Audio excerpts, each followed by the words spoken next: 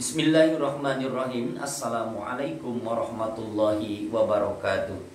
Hamdan wa syukran lillah wa usalli wa usallimu ala rasulillah Sayyidina Muhammad ibni Abdillah wa ala alihi wa ashabihi wa mawalah amma ba'du. Saudara-saudaraku yang dirahmati Allah subhanahu wa ta'ala, alhamdulillah kita bisa berjumpa lagi dengan channel saya ini. Dan insya Allah untuk edisi kali ini kita akan membahas bagaimana hukumnya mendeham di dalam sholat atau dehem di dalam sholat, dan bagaimana hukum menelan dahak di dalam sholat. Saudara-saudaraku yang dirahmati Allah subhanahu wa ta'ala, mendeham atau dehem di dalam sholat kalau dilakukan dengan sengaja, contoh seperti ada seorang jamaah yang kurang setuju dengan imam, apa karena menurutnya imam itu terlalu lambat atau apalah, saya tidak tahu. Karena masalah ini saya telah menyaksikan sendiri. Jadi orang itu untuk melampiaskan ketidakenakannya atau kekesalan hatinya kepada seseorang, contoh kepada imam, maka dia sengaja dehem-deheman. Itu sekaligus sholatnya batal. Yang kedua, yang membatalkan itu banyak dehemnya, walaupun itu karena sudah tidak tertahankan, banyak lendir atau banyak dahak di tenggorokan sehingga mengganggu bacaan sholat, sehingga terus menerus didehemkan. Itu membatalkan. Kalau terlalu banyak mendehem, walaupun itu karena sudah tidak tertahan, dahak sangat menghalangi di tenggorokan, itu membatalkan. Lalu yang tidak membatalkan, dehem yang tidak membatalkan, yaitu dehem yang sedikit atau mendehamnya sedikit, dan mendehamnya itu karena sudah tidak tertahan, dahak di tenggorokan menghalangi sehingga tidak bisa membaca bacaan-bacaan sholat dengan benar, maka itu mendeham tidak membatalkan sholat asal mendehamnya sedikit. Lalu yang tidak membatalkan sholat, itu kalau mendehamnya walaupun sengaja, dehem itu sengaja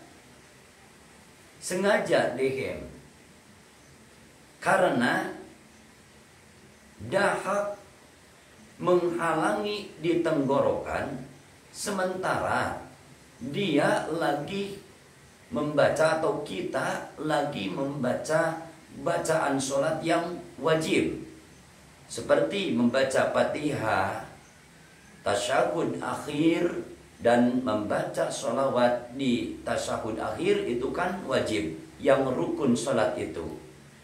Ketika kita membaca itu,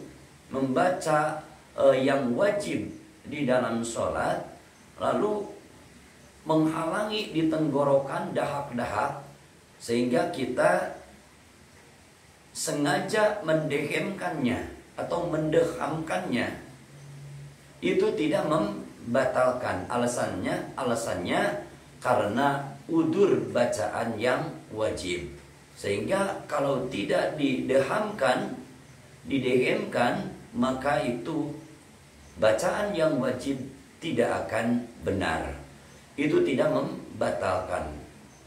membatalkan walaupun dehemnya terhitung banyak. Saudara-saudaraku yang dirahmati Allah subhanahu wa ta'ala, kalau sengaja mendeham karena dahak menghalangi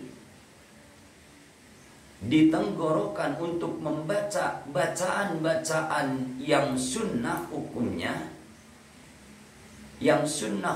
sekali lagi membaca bacaan yang sunnah hukumnya, lalu sengaja kita mendeham karena dahak menghalangi di tenggorokan sehingga kita tidak bisa begitu lancar untuk membaca bacaan-bacaan yang sunnah. Maka kalau sengaja mendeham, apalagi banyak mendehamnya karena bacaan-bacaan yang hukumnya sunnah, maka itu tetap membatalkan sholat. Kalau yang bacaannya yang sunnah. Saudara-saudaraku yang dirahmati Allah Subhanahu wa Ta'ala, lalu bagaimana kalau kita menelan dahak? Tadi umpamanya kita mendeham atau kita batuk sehingga keluar dahak dan keluarnya sampai kepada makhraj ha, dan sebagian kaul sampai kepada makhraj kha, sampai ke sana dahak itu. Lalu dengan sengajanya kita menelan dahak itu, lagi sholat sengaja kita menelan dahak itu, padahal kita mampu untuk membuangnya, maka itu membatalkan sholat. Akan tetapi kalau dahak yang keluar kepada haddad dhuhir, batasan yang termasuk dhuhir di dalam mulut, yaitu makhraj ha atau tempat makhraj kha, karena kita tidak memungkinkan untuk mengeluarkannya,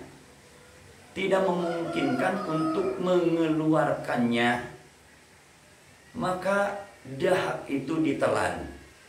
Maka dengan menelan dahak itu tidak membatalkan sholat, karena kita tidak mungkin untuk mengeluarkannya.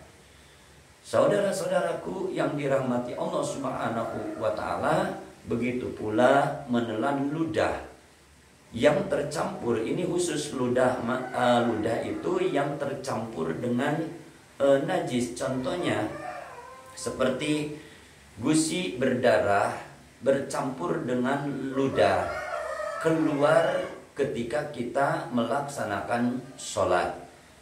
Makanya itu seperti tadi, kalau kita memungkinkan untuk membuang ludah itu, tetapi kita malah menelannya, ludah yang tercampur dengan darah dari gigi kita, yang keluar dari gigi kita, dari gusi kita, lalu kita ditelan padahal mungkin kita untuk membuangnya, maka itu membatalkan sholat. Akan tetapi kalau kita tidak mampu untuk mengeluarkannya, tidak mungkin untuk mengeluarkannya itu ludah yang tercampur dengan darah, lalu kita telan, itu sama, tidak membatalkan sholat.